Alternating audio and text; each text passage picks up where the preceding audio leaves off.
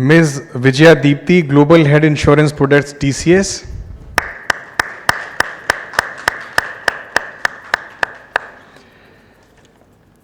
Mr. S. Subbiah, Enable India.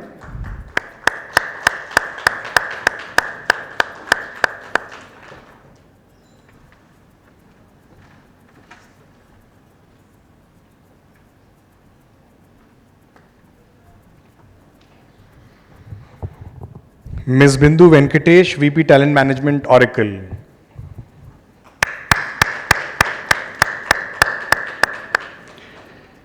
So all the profiles were flashed on the screen, and now I hand over the proceedings to Ms. Priyanka Sudarshan, the session chair, please. Over to Priyanka. Thank you very much.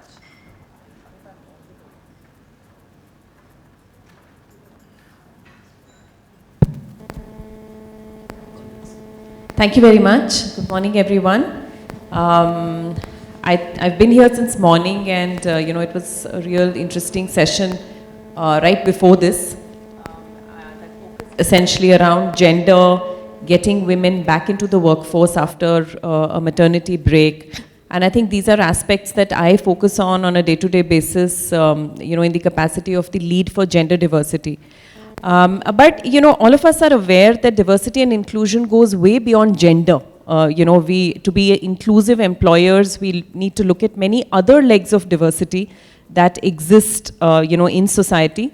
And for that, I'm really happy to welcome this very, very knowledgeable and accomplished panel today. So, they're going to shed light on other aspects of diversity, which essentially revolve around persons with disability, the LGBT community, and cultural and national diversity, which organizations like the one I represent, Wipro, we are experiencing this as we are expanding our global presence, right? So as we go into more and more countries, and we work in more than 70 countries now, we are realizing that the local employment laws is one thing, but cultural sensitivity, right, to people of other countries and other cultures becomes very important for us to model ourselves as employers of choice in those geographies. Because, people do not really know what Wipro is as much as they know, just the name probably is, would get us, people to apply for jobs in India. It's not the case overseas, right? So we have to stand out as a best employer locally. And that brings in the national and cultural diversity aspect. So may I, given that context, may I first direct my question to Bindu Venkatesh, who's VP of Talent Management with Oracle. So Bindu, we were catching up just before this, and you were mentioning about the steps that Oracle has taken as an employer of persons with disability. And I would request you to shed some light on best practices in that area and your personal experience in this specific area. See, essentially, whether it's Oracle or any other organization, we exist in an ecosystem. So we have to first of all acknowledge that this ecosystem is itself challenging. If you look at the latest census, you have 70 million people who are differently able in India, and only about 0.1 million of them, please look at the difference in the numbers, it's very stark, of them are gainfully employed. So there are challenges around it. And with that 0.1% also being woefully inadequate, I'm sure everybody will agree, we can make efforts to make it a lot more inclusive. Now, the problem is that most organizations look at it from only purely a right thing to do kind of thing, right? You think of employment of the differently abled as some kind of a CSR activity or a right thing to do. And I think the path to hell is paved with good intentions, and we know that. So sometimes we are unable to meet the numbers because we don't look at it as an economic exercise, fundamentally. We have to look at it as an economic exercise, more people who are in mainstream employment, more consumption, etc., etc. So it comes back to us in that way. Then I think we look at this exercise as a more economic benefit as a part of the inclusion exercise across corporates as well as the government. The Supreme Court has mandated that 3% of all jobs should be reserved for the differently abled. But, you know, if you look at the statistics and research, even with the government organizations, they have a challenge to fill those positions. There is a lot of backlog. So it is the same challenge that gets mirrored even in Oracle. So one part of it is, especially because it's IT, we have a lot of, especially today with a lot of voice technology making great strides and inroads, we're able to hire a lot of people who are visually, you know, differently abled. But the same cannot be said of, you know, people who have other disabilities, because the challenge is always going to be about, can you create a keyboardless monitor, for instance? Because, you know, for those with, you know, no difficulty in using their limbs, it becomes easy. Because we are a transnational corporation, obviously our standards, because we go through audits globally, in terms of access is, I mean, seamlessly global to a large degree. And I'm sure that is the same for all transnational corporations. But you see the struggle when people come into mainstream employment. There are no specific websites for the differently able to apply for jobs. There are no portals for them. It is all a universal portal. You have to go to the same monsters in LinkedIn, etc. So that is a challenge. Having said that, once they come into the system from the onboarding process, we can take care of their you know, special needs and ensure we have an organization that is ready.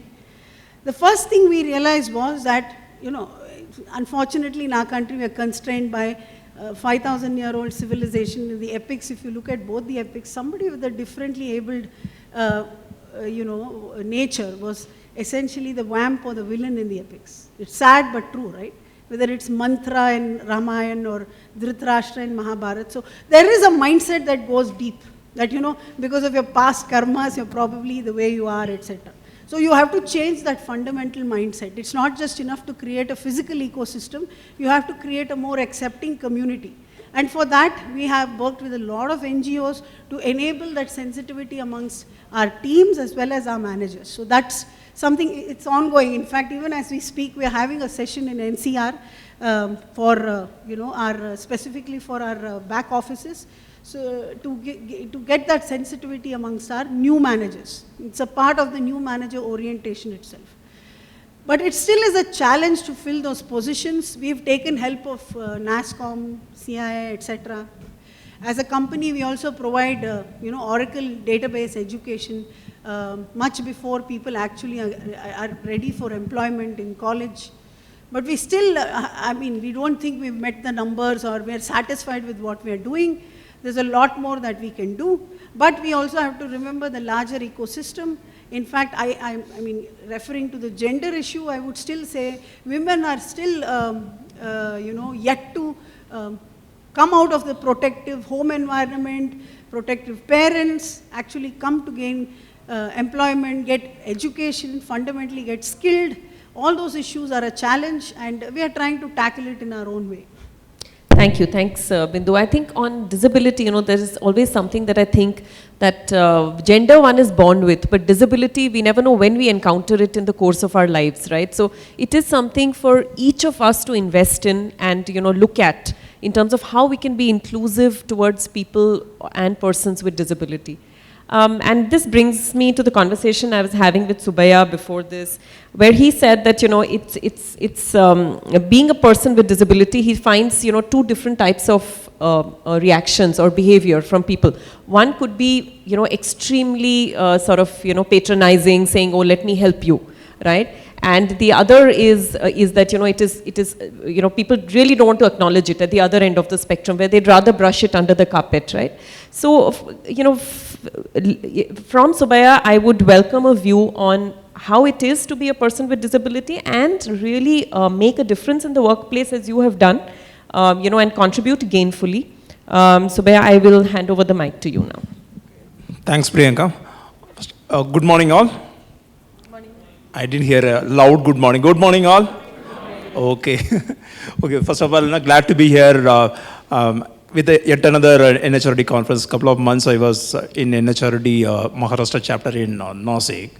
First of all, I'm not sure, Bindu or others know the body language of people here, because generally when we talk about person with disability, people tend to become much more conscious, much more, I want to be politically right and those kind of stuff, right? So chill, relax, sit on your back, okay? So trust me, this can be cracked. People have done it. It's not difficult. It's not rocket science at all. So can I have the presentation?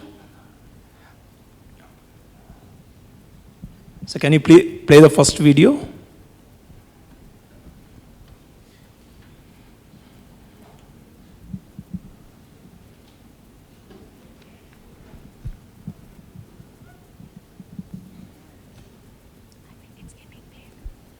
It's getting played, okay.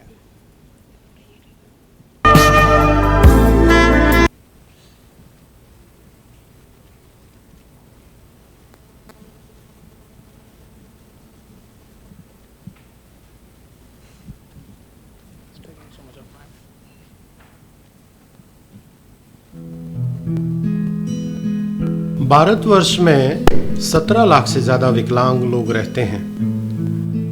ये कई देशों की जनसंख्या के बराबर है। विकलांग लोग अपने रोजमर्रा के जीवन में कई कठिनाइयों का सामना करते हैं, जैसे इधर-उधर चलना, देखना। Okay, so you would have seen in the video, a person with disability is being assisted, being helped, and those kind of things, right? So there are some inabilities what people have, so they require some assistance or some help or support to move around. First of all, there is a small error in the video. It is, as Bindu mentioned, there is 70 million people. It's mentioned there 17 lakh. Okay. So just want to hear from the audience. How many of you can swim? You can put up your hand up. Swim. Proper swimming, no? Okay. Okay, so probably 50%? Yes. Less than that, okay. How many of you can sing well? I insist on the point, singing well. Okay. No hands. Okay, few hands, okay. Okay, so there are some inabilities what we also have, right? People can't swim, people can't sing well, people can't do certain things and those kind of stuff, right? So can I have the second video, please? I'm a project coordinator. मैं project coordinator हूँ और मैं financial report बनाती हूँ। मुझे PSR report Excel पर बनाना पड़ता है। मैं ग्राहक के खातों का विश्लेषण भी करती हूँ। कई बार ऐसा हुआ करता था कि मैं काम करते करते गिर जाया करती थी। गौसिया बोलकर कंप्यूटर पे काम कर रही हैं। Press down arrow. Press down arrow. Mouse click. Screen को 9 Five. भागों में बांटा गया है। 1. Click 3. वह संख्या बोल करके एक भाग Click. चुनती है। Mouse click 5. ನಾನು ಸೂಚರ್ಸಲ್ಲಿ ನಮ್ಮದು ಕಂಪ್ನಿ ಬಂದ್ಬಿಟ್ಟು मैं जहाँ काम करता हूँ उस कंपनी का नाम सूचर्स है। यह एक उत्पादन कंपनी है। वह शल्य चिकित्सा में काम आने वाली सुइयों और धागे का उत्पादन करते हैं। यह लोग मुझे सामान की सूची भेज देते हैं, जिसको देखकर मैं छापने के लिए भेज देता हूँ। Okay, the same people probably would have seen in the first video. So they are able to do certain work in this video, right? So the thing is, people have abilities, and how do we bring out those abilities with the tools and solutions? So can I go to the presentation on the fourth slide, which is the journey, right? So all of us will have our own abilities and inabilities, and some of the inabilities we would have overcome, right? So some of you would have overcome the inability of knowing swimming, but you would have gone through some course or anything like that. You want to overcome that particular thing, you might have overcome, right? But some of the inabilities we would have not overcome at all, right? As a human beings, it remains. But the thing is, all of us would have had a journey. If you are a person coming and working in companies like an Oracle or Wipro or from TCS, you might have come from a small town background, or due to the poor communication skills or interpersonal skills, networking, whatever doesn't matter. To be here, you would have had a journey, right? So similarly, person with disability will have a journey to reach wherever they are. To just share a personal example, I lost the vision at the age of 17. So the first thing which comes to my mind that time was, how am I going to move around? right? So because previously I used to see and walk, now I can't see. But there is an alternative, no? So there is a mobility using a cane. But the simple and single factor when it comes to a journey of anybody, not only for a person with disability, is acceptance. So once you start accepting, okay, this is going to be the situation, this is going to be, where I will be, then you know where to go around. And if you don't start accepting, okay, why it is like that, why God has done to me, why me, right? So the question is, why not me? So you take it up as a challenge, then you move around. But the major thing is, how do we have tools and solutions which will overcome these challenges, right? So can I have a response from audience? Can anyone of you flap your hands and fly? Fly? No one of you? None of us, right? So you're poor disabled, right? From a bird's eye point of view. From a bird's point of view, we're all disabled, right? We can't do this function. But still we do it. We use an aeroplane, we use a helicopter, whatever that matter, right? So we can't run like a cheetah or a leopard. So probably should not talk about that, no? Especially people coming from a Whitefield area, that might horrify them. Right? But still we do it. We have a car, we have a bike or everything, and we can see like an eagle, but still we do it, no? We use binoculars. And people would have gone to overseas countries like China or Germany, you would have stuck with a language over there. Your English, whatever you learned here, is not going to help you there. So what do you do over there? You hire an interpreter, you hire a translator. Similarly, a person with hearing impairment, he doesn't know your language and you don't know his language. So he is having an interpreter, right? And we can't climb some 5 floors or 10 floors. If somebody is there, then they are really extraordinary, right? But what we do, we have a lift. Similarly, a person with a wheelchair, he uses his wheelchair for his mobility purpose. No, that is his tool. And a lot of the tools and solutions what we use on a day-to-day basis, we might not realize, okay, probably this is helping me in my efficiency or doing certain things. Right? So can I have the next slide, which is a business case? Right? So am I on the business case? Previous slide. Yeah. So one of the major business case point, what we tell, it's an alternative talent pool. It's a 70 million person with disabilities, and out of which I would say at least 3 to 4 crores person with disability would be at the workable age limit, which means we are talking about the population of some countries more than that, right? And then the next thing is, when we employ a person with disability, we had seen in companies, the employee morale gets risen, right? So the non-disabled folks also tend to think, okay, so wait a minute, if my company can value work of a person with disability, or they can see the ability of a person with disability and give the work, then probably I also might be valued here. So that also reminds me in another example, what Roger Bannister has done in 1954. So some of you might be knowing about this achievement, which is the biggest achievement, one of the biggest achievements of the human race. So before he did this thing, nobody could even believe, okay, somebody could run a mile in 4 minutes. He has done, right?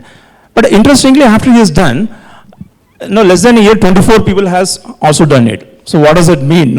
You're rising the bar, you're rising the performance standards. So once you are having a person with disability in the team, and he's visually impaired and he's doing the same work just like you automatically start questioning, okay, am I using my potential, right? Am I using my, to all of my abilities?